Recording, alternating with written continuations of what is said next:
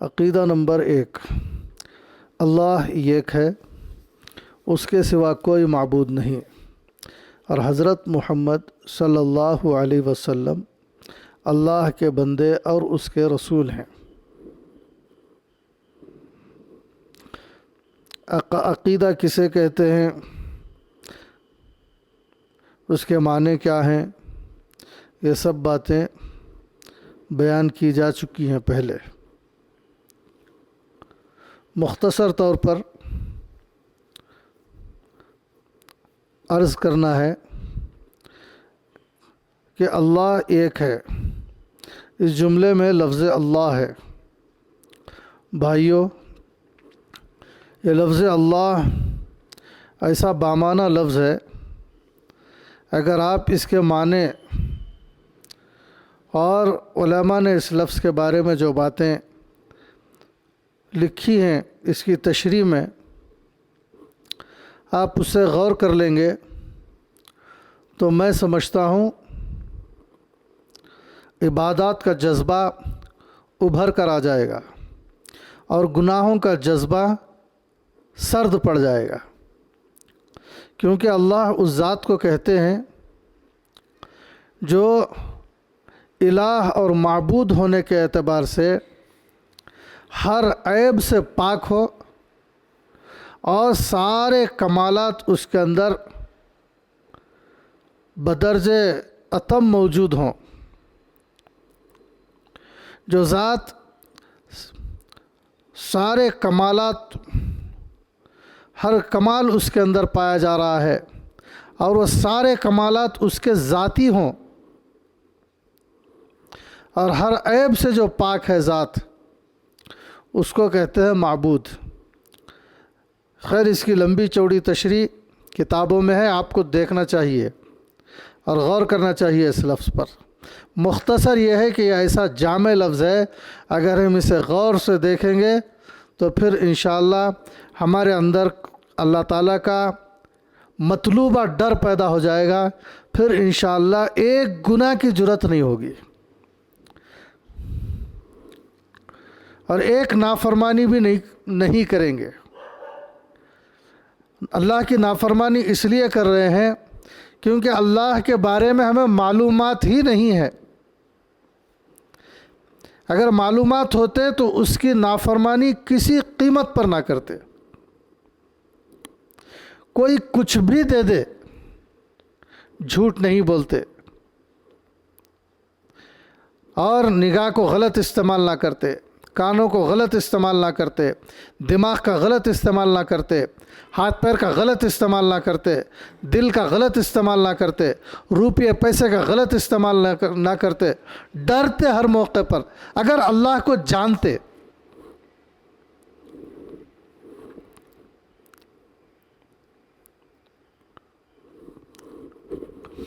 اور ایک عبادت بھی نہ چھوڑتے، نماز پابندی سے پڑھتے، روزے رکھتے رمضان کے، زکوٰۃ بڑی خوشی سے ادا کرتے، اگر اللہ کے بارے میں جانتے،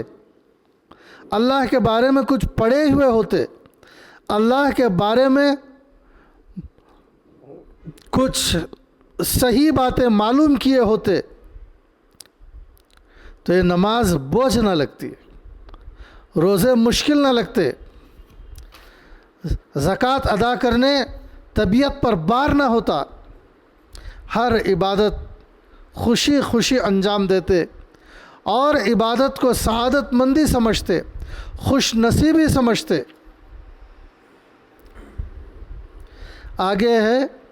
اس کے سوا کوئی معبود نہیں۔ معبود اس ذات کو کہتے ہیں جس کی عبادت کی جائے، وہ صرف اللہ کی ذات ہے، جس کی خبر ہر نبی نے اپنے زمانے میں اپنے امتیوں کو دی، اور سب سے آخر میں حضرت جناب محمد رسول اللہ صلی اللہ علیہ وسلم نے اس کی خبر دی۔ ہر مسلمان کی اہم ضرورت عبادت ہے. وہ اس بات کا مکلف ہے کہ اللہ تبارک و تعالیٰ کی عبادت کرے، بلکہ اللہ ہی کی عبادت کرے. اللہ ہی کی عبادت کو عبادت کہا جائے گا. اللہ کو چھوڑ کر کسی اور کی عبادت کرے گا، کسی اور کو سجدہ کرے گا، خواہ کسی ولی کو ہو، کسی نبی کو ہو، کسی نبی کی مزار پر ہو یا ولی کی مزار پر ہو، تو اسے عبادت نہیں کہا جائے گا، بلکہ اسے گناہ میں شمار کیا جائے گا. عبادت کا حق صرف اللہ کو ہے. اللہ ہی کا ایک در ایسا ہے جہاں پر ہمارا سر جھکنا چاہیے. اللہ ہی کی بارگاہ میں ہم سجدہ کر سکتے ہیں. اور آگے لکھتے ہیں حضرت محمد صلی اللہ علیہ وسلم اللہ کے بندے اور اس کے رسول ہیں. اس عظیم الشان پروردگار کے جو عالموں کا پروردگار ہے، جنات کا پروردگار یعنی پالنے والا، انسانوں کا پروردگار، اور چرند پرند اور ساری مخلوقات کو روزی دینے والا، آسمانوں سے بارش برسانے والا، جس نے زمینوں کو بنایا، آسمانوں کو بنایا، پودے اگائے، جس نے چشمے جاری کیے، وہ عظیم الشان پروردگار جس کے حکم سے صبح ہوتی ہے، جس کے حکم سے شام ہوتی ہے، اور اسی نے سب بندوں کو پیدا کیا ہے، اور پیدا ہونے کے لیے سب اسی کا محتاج ہیں، اور اسی کے حکم سے موت آتی ہے، اور زندہ رہنے کے لیے بھی اسی کا آدمی محتاج ہے. وہ جب تک چاہے دنیا میں یہ انسان چلتا پھرتا نظر آئے گا، وہ جب چاہے اس دن یہ بندہ دنیا میں نظر نہیں آئے گا. ایسے عظیم الشان پروردگار کے خود رسول اللہ صلی اللہ علیہ وسلم بھی بندے ہیں. تو اس سے پتہ چلتا ہے کہ نبی کریم صلی اللہ علیہ وسلم کی ذات بھی معبود نہیں ہے، بلکہ خود رسول اللہ صلی اللہ علیہ وسلم بھی اللہ کے بندے ہیں اور اس کے رسول ہیں. یعنی آپ علیہ الصلاۃ والسلام اللہ کے رسول اور پیغمبر ہیں. اور رسول اس ذات کو کہتے ہیں جو رسالت کے کمالات سے بھرپور ہو. ہمارے نبی صلی اللہ علیہ وسلم آخری رسول ہیں اپنے، اور قیامت تک کے لیے رسول ہیں، اور ساری انسانیت کے رسول ہیں. سارے انسانوں کو اللہ کی جانب بلانے والے ہیں. انبیاء دنیا میں بہت سے تشریف لائے، لیکن حضور صلی اللہ علیہ وسلم کو مبعوث، حضور صلی اللہ علیہ وسلم کی بعثت کے بعد سارے انبیاء کی شریعتیں منسوخ ہو گئی. اب اللہ تک پہنچنے کا راستہ وہی ہے جس کو ہمارے نبی حضرت محمد صلی اللہ علیہ وسلم نے بتلایا ہے. اب سارے دوسرے دروازے اللہ تک پہنچنے کے بند کر دیے گئے. اگر کوئی یہودی آج بھی اپنے مذہب پر جو کچھ اس کے پاس موجود ہے اسے ٹھیک طور پر بھی عمل کرے، تب بھی وہ نجات نہیں پا سکتا. کوئی عیسائی جو کچھ اب اس کے پاس مذہبی چیزیں ہیں وہ بھی حضور صلی اللہ علیہ وسلم کی بعثت کے بعد اگر عیسائیت پر قائم رہ کر یہ سمجھتا ہے کہ میں نجات پا جاؤں گا اور آخرت میں جہنم سے بچ جاؤں گا، تو یہ بھی غلطی ہے. بلکہ اب عیسائیوں کو بھی، یہودیوں کو بھی دنیا کے ہر مذہب کے لیے نجات کا ایک ہی راستہ ہے، اور وہ راستہ ہے جس کو رسول اللہ صلی اللہ علیہ وسلم نے پیش کیا، اور وہ راستہ قیامت تک کے لیے ہے. رسول بندوں اور خدا کے درمیان واسطہ ہوتا ہے. چونکہ ہم اللہ تعالیٰ کے بندے ہیں، اللہ تعالیٰ کے غلام ہیں، تو اللہ کی مرضی اور نامرضی کو، اللہ کیا چاہتے ہیں کیا نہیں چاہتے، اللہ کس بات کا حکم دیتے ہیں اور کس بات سے اللہ نے منع کیا ہے، یہ بات ہم اللہ سے بغیر واسطے کے معلوم نہیں کر سکتے۔ تو اللہ تبارک و تعالیٰ نے اپنے احکام کو نبیوں اور رسولوں کے ذریعے بندوں تک پہنچایا۔ نبی اور رسول اللہ کے بندے ہی ہوتے ہیں، وہ جنات نہیں ہیں، وہ ملائکہ نہیں ہوا کرتے، وہ انسان ہوتے ہیں، البتہ اس قدر اعلیٰ درجے کے انسان ہوتے ہیں کہ جب وہ پیدا ہوتے ہیں اور ان کا بچپن ہوتا ہے اور ان کی جوانی ہوتی ہے تو رسولوں کا بچپن بھی دیگر عام لوگوں کے بچپن کی طرح نہیں ہوتا، ان کا بچپن بھی ایک خاص قسم کا بچپن ہوتا ہے، ان کا بچپن بھی بڑا بابرکت ہوتا ہے۔ وہ بچپن میں بھی نہایت ایسی صفات کے حامل ہوتے ہیں جو ایک نبی ہی کی صفات ہو سکتے ہیں، اعلیٰ درجے کے نیک، اور جوانی میں بھی ایسے ہوتے ہیں کہ اعلیٰ درجے کے نیک، سچے، امانت دار، سخی، نیک صفات کے حامل اور ہر قسم کی برائی سے پاک، جھوٹ سے، لالچ سے، خوف سے، اور اسی طرح جو کچھ برائیاں معاشرے کی پھیلی ہوئی ہوتی ہیں، ہر قسم کی برائیوں سے پاک ہوتے ہیں۔ اور کیوں نہ ہو، جو آگے چل کر ان کو رسول بنایا جائے گا اور جو لوگوں کو برائیوں سے روکنے کے لیے، شرک سے روکنے کے لیے، غلط رسومات سے روکنے کے لیے جو آتے ہیں اور عبادات کا اور سچا سیدھا راستہ دکھانے کے لیے آتے ہیں، وہ نبوت سے پہلے بھی، وحی کا سلسلہ شروع ہونے سے پہلے بھی بہت اعلیٰ درجے کے اخلاق کے حامل ہوتے ہیں۔ اللہ تبارک و تعالیٰ کہ وہ بڑے عظیم الشان اور قابل ترین انسان ہوا کرتے ہیں، اللہ تبارک و تعالیٰ ایسے بندوں کو اپنا نبی اور رسول بنا لیا اور ان کی جانب اپنی وحی نازل فرمائی۔ اللہ کے نبی صلی اللہ علیہ وسلم پر بھی اللہ تبارک و تعالیٰ نے حضرت جبریل علیہ السلام کے ذریعے وحی نازل فرمائی۔ آپ اللہ کے رسول ہیں، رسول اپنے ماننے والوں کو نہایت سچی باتیں اللہ کی جانب سے بتاتے ہیں، نجات والی باتیں، دنیا اور آخرت کی جس میں خوبی ہو، بھلائی ہو، بہت اہم باتیں، بہت ضرورت کی باتیں اور کامیابی والی باتیں، دنیا میں بھی بھلائی کی باتیں اور سچی باتیں اور بہت اہم باتیں جس کے اندر کسی قسم کے جھوٹ کا امکان نہیں ہوتا، نہایت سچی،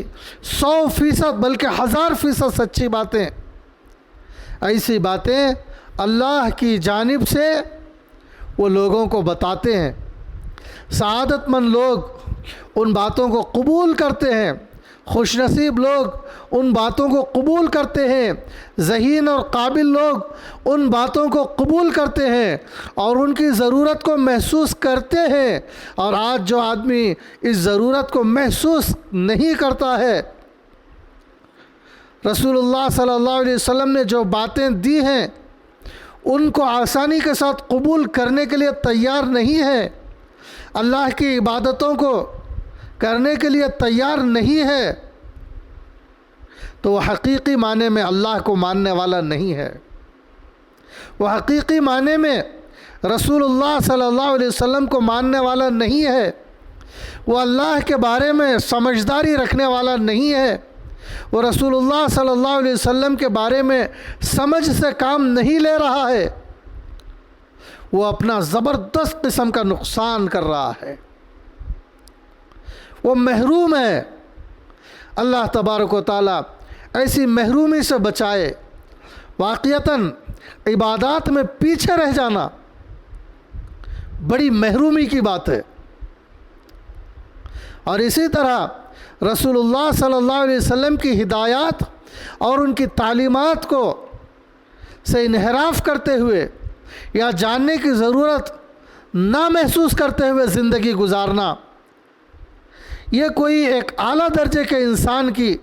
ایک صحیح معنی میں انسان کہلانے والے آدمی کی زندگی ایسی نہیں ہوا کرتی۔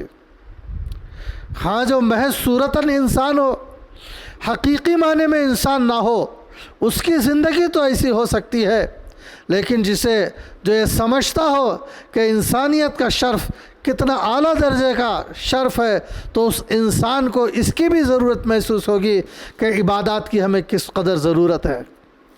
اور جناب محمد الرسول اللہ صلی اللہ علیہ وسلم کی اطاعت اور ان کی رہنمائی میں چلنے کی کس قدر ضرورت ہے۔ غرض اس عقیدے کے اندر ہمیں اس بات کی تعلیم دی گئی ہے کہ شرک نہ کرنا، کیونکہ معبود اکیلا ہے، وہ جو معبود ہے جس کا نام اللہ ہے وہ ایک ہے، اور اس کے سوا کسی کی عبادت نہ کرنا، کیونکہ اس کے سوا کوئی عبادت کے لائق ہی نہیں ہے۔ اور یہ بات یاد رکھنے کے قابل ہے کہ اللہ کے نبی صلی اللہ علیہ وسلم اللہ کے پیغمبر ہیں، نبی ہیں، رسول ہیں، اور ساتھ ہی ساتھ وہ خود اللہ کے بندے ہیں۔ وہ خود اللہ تبارک و تعالیٰ کے احکامات پر چلنے والے ہیں، بلکہ ساری امت سے بڑھ کر چلنے والے ہیں۔ اور اللہ کے نبی جناب محمد رسول اللہ صلی اللہ علیہ وسلم اللہ کی جانب سے رسول بنا کر مبعوث ہوئے ہیں، ہمارے رہبر ہیں، ہمارے رہنما ہیں، اور ہمارے لیے ہادی ہیں، اور ہمارے لیے خوش نصیبی کی بات ہے کہ ایسا سچا اور ایسا اعلیٰ درجے اور اللہ تبارک و تعالیٰ کا ایسا اعلیٰ ترین بندہ اور ایسے زبردست قسم کے رسول، بلکہ سید الانبیاء، رسولوں کے سردار حضرت محمد صلی اللہ علیہ وسلم ہمارے پیغمبر ہیں۔ یہ ہماری بہت بڑی خوش نصیبی کی بات ہے، ہم کو یہ بات نصیب ہو گئی ہے، اس کی قدردانی اور شکر ادا کرنا چاہیے، اور شکر یہی ہے کہ ہم اللہ تعالیٰ کی عبادت کریں، اس کے علاوہ کوئی شکر نہیں ہے۔ کوئی آدمی نماز میں کوتاہی کر رہا ہے تو وہ کوئی اللہ کا شکر گزار بندہ نہیں ہو سکتا، کیونکہ اللہ نے جو نعمتیں دی ہیں اس کے بدلے میں اسے ہم سجدہ کر کے ہی خوش کر سکتے ہیں۔ اسی طرح ہم شکر گزاری بجا لائیں گے، نہیں تو نافرمان ناشکرے بندے کہلائیں گے۔ اور حضرت محمد صلی اللہ علیہ وسلم کو رسول ماننا حقیقی معنی میں یہی ہے کہ زبان سے یہ کہنا کافی نہیں ہے کہ حضرت محمد صلی اللہ علیہ وسلم ہمارے رسول ہیں، بلکہ اسلام میں جو مطالبہ کیا گیا ہے زبانی دعوے کے ساتھ، اس کے ساتھ اطاعت کی، فرما برداری کی بھی شرط لگائی گئی ہے۔ جب کوئی بندہ حضور صلی اللہ علیہ وسلم کی دی ہوئی تعلیمات کا اپنے آپ کو پابند بنائے گا تو پھر وہ حقیقی معنوں میں اللہ کے نبی صلی اللہ علیہ وسلم کو ماننے والا ہے، اور وہ بندہ اس لائق ہے کہ اللہ تعالیٰ اسے مرنے کے بعد نجات دیں، اسے عذاب نہ ہو، وہ اس قابل ہے، کیونکہ حضور صلی اللہ علیہ وسلم نے فرمایا،